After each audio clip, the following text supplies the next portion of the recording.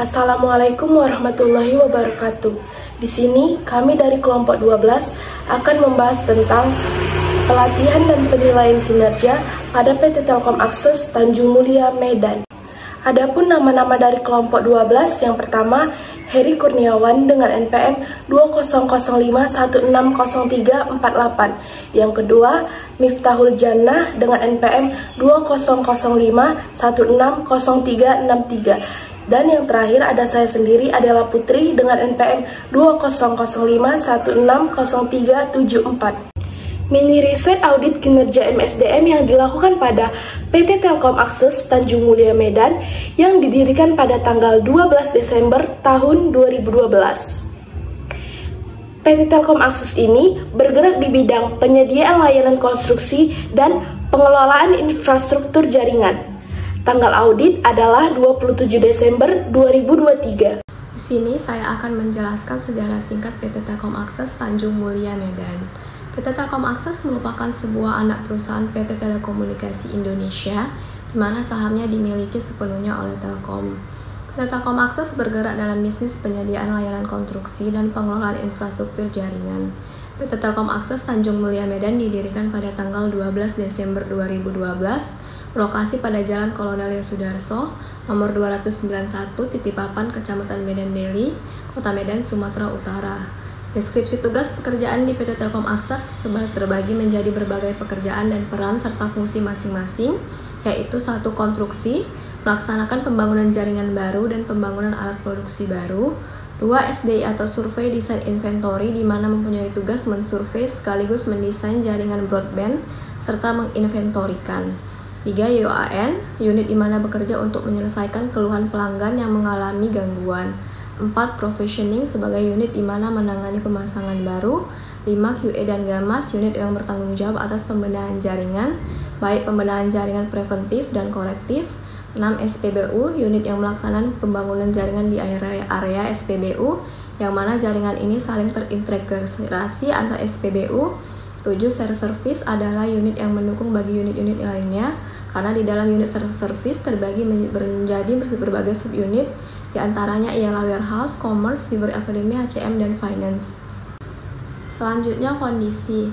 1. Kurangnya berbagai program pelatihan untuk meningkatkan keterampilan teknis dan non-teknis karyawan, meliputi bidang seperti jaringan telekomunikasi, teknologi informasi, dan pengelolaan proyek.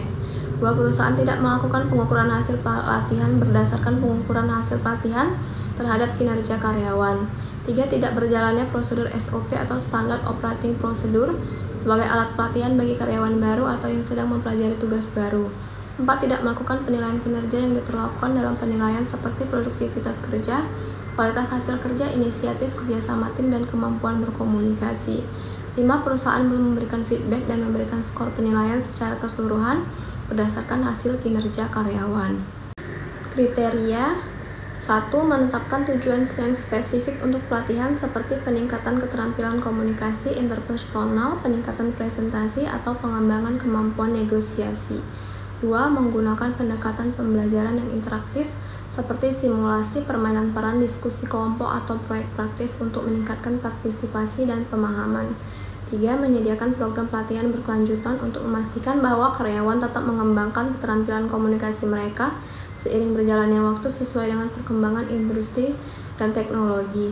4. Keandalan dan kualitas jaringan telekomunikasi. Dan 5. Penerapan teknologi baru dan inovasi dalam produk dan layanan. Penyebab yang pertama, pelatihan dapat dilakukan untuk meningkatkan keterampilan layanan pelanggan, respon terhadap keluhan, dan kemampuan berkomunikasi dengan pelanggan secara efektif. Yang kedua itu pelatihan dapat difokuskan pada peningkatan efisiensi operasional, termasuk penggunaan sistem manajemen operasi dan pada perangkat lunak khusus untuk memantau serta meningkatkan kinerja jaringan.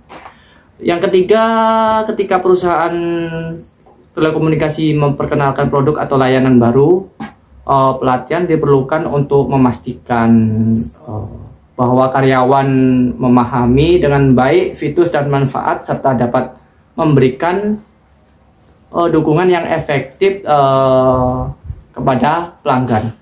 Yang keempat, meningkatkan kinerja, memberikan dasar untuk memberikan umpan balik kepada para karyawan, membantu dalam memahami ekspektasi perusahaan dan memotivasi karyawan untuk pencapaiannya. Yang kelima, proses penilaian kinerja dapat menentukan kebutuhan pelatihan dan pengembangan karyawan.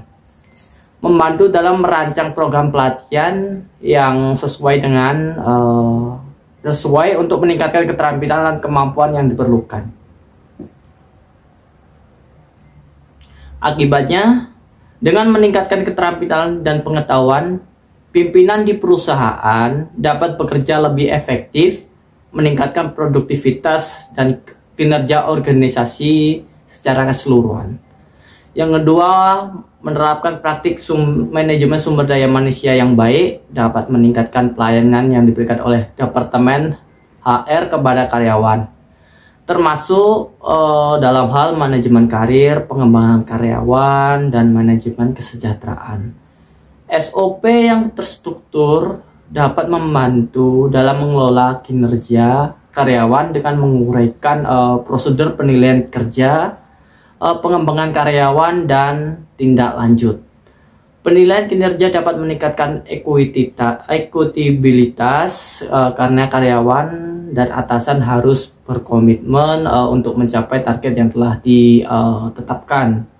Yang kelima, hasil penilaian kinerja dapat mempengaruhi keputusan yang berkaitan dengan karyawan seperti promosi, rotasi, dan pengembangan karir.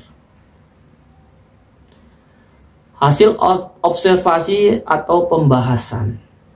Hasil audit yang dilakukan menemukan beberapa kelemahan pelatihan dan penilaian kinerja yang harus menjadi perhatian manajemen di masa yang akan datang. Kelemahan ini dapat dikelompokkan menjadi 5 bagian, yaitu yang pertama, kelemahan yang terjadi pada program perencanaan pelatihan yang tidak terstruktur dan dipersiapkan dengan baik. Yang kedua, kelemahan yang terjadi pada saat dilakukannya proses pelatihan karyawan atas mesin baru perusahaan. Yang ketiga, kelemahan yang terjadi karena kurangnya dana sumber daya manusia untuk meningkatkan pelatihan dan kejenjangan yang lebih tinggi.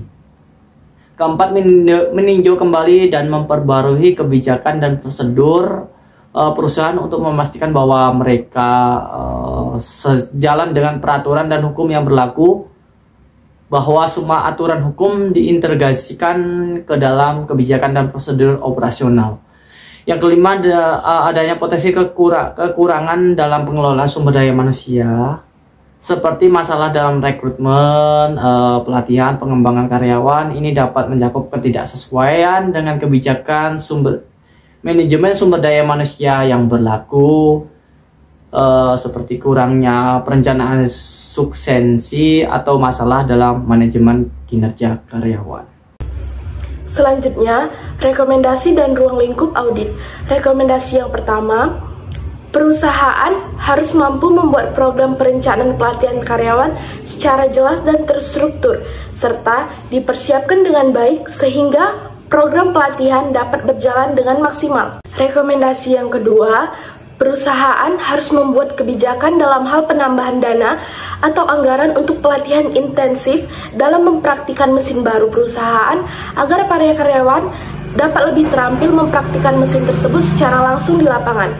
Rekomendasi yang ketiga, perusahaan harus melakukan penilaian atas keberhasilan pelatihan secara formal dan terdokumentasi sebagai pertanggungjawaban atas dilaksanakannya pelatihan sebagai acuan untuk melihat kinerja sejauh mana program pelatihan yang dilakukan. Rekomendasi yang keempat, manajer SDM harus membuat jadwal program pelatihan karyawan secara jelas, khusus, serta harus sesuai dengan materi dan metode pelatihan agar karyawan dapat lebih terampil ketika akan mempraktikkan apa yang telah dilatih. Selanjutnya, ruang lingkup. Sesuai dengan penugasan yang kami terima, audit yang kami lakukan meliputi masalah program pelatihan karyawan PT Telkom Akses Tanjung Mulia Medan untuk periode tahun 2023. Audit kami mencakup penilaian atas kecukupan sistem pengendalian manajemen program pelatihan karyawan, personalia yang bertugas dalam program pelatihan karyawan, dan aktivitas program pelatihan karyawan itu sendiri. Selanjutnya, kesimpulan. Kesimpulan pertama, keberhasilan pelatihan. Jika pelatihan dirancang dengan baik dan diikuti dengan baik oleh karyawan, kesimpulan dapat mencakup peningkatan pengetahuan dan keterampilan yang relevan. Kemudian, peningkatan efisiensi dan produktivitas dapat diukur sebagai indikator keberhasilan pelatihan. Yang kedua, penilaian kinerja. Jika penilaian kinerja menunjukkan peningkatan dalam pencapaian target dan kinerja individu, hal ini bisa dianggap sebagai hasil positif dari program pelatihan. Selanjutnya, hasil penilaian kinerja yang positif dapat mencerminkan penerapan keterampilan baru atau perbaikan kinerja. Yang terakhir, saran. Saran pertama, sertakan umpan balik positif dalam penilaian untuk memotivasi karyawan dan meningkatkan kepercayaan diri.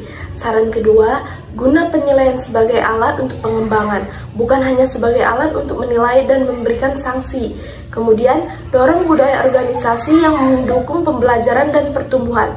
Saran ketiga, berikan fleksibilitas dalam rencana perbaikan untuk memungkinkan karyawan menyesuaikannya dengan perubahan kebutuhan dan tantangan.